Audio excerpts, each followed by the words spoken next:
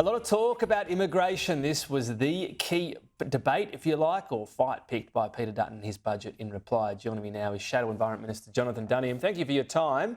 The headline is what is grabbing a lot of attention here because net overseas migration, the number of people that come into the country versus out, is coming down very quickly to 260,000.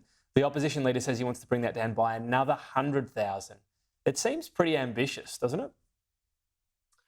Well, I think given the nature of the times we're living in and the problems being encountered, particularly by Australian people, and this debate's being had against the backdrop of housing crisis in Australia, one of the key solutions, I think it's been made pretty clear, is to ensure that we make housing available for Australians. So bringing down the number of overseas migrants, by bringing down that number of net overseas migrants to 140,000, is a serious measure, but one that's necessary so that we can provide housing for Australians first. It is a big number, but it is something that needs to happen to free up housing for Australians.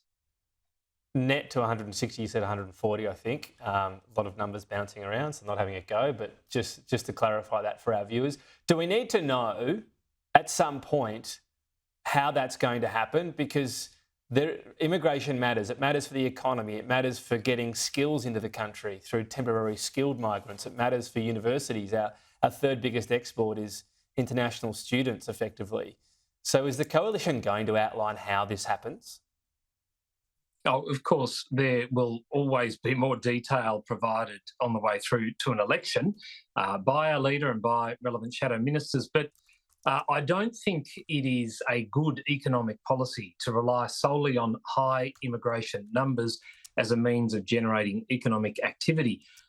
The Environment Minister could well bring forward laws that make it easier to do business in this country, to get more projects off the ground more quickly, to provide more jobs and more economic activity. I mean, that sort of thing is what the government should be relying on, not inflating economic activity with immigration numbers. And as others have already said today, the byproduct of high immigration numbers, people coming to this country permanently, is that houses are less affordable and less attainable for Australians. And we've got to put Australians first here. Well, but that depends, doesn't it, on how many you're building as well. And part of the influx of migrants are people that build houses, so skills in it. So when you say you'll detail it, are we going to know the number of students that you're going to cap, for example? Are we going to know how many skilled migrants will be able to enter the country? Are you going to break it down so it's not just a vibe that helps you win seats in the suburbs? Yeah, Australians want more than a vibe, and we'll provide them much more than a vibe. We will provide them the detail they need, absolutely.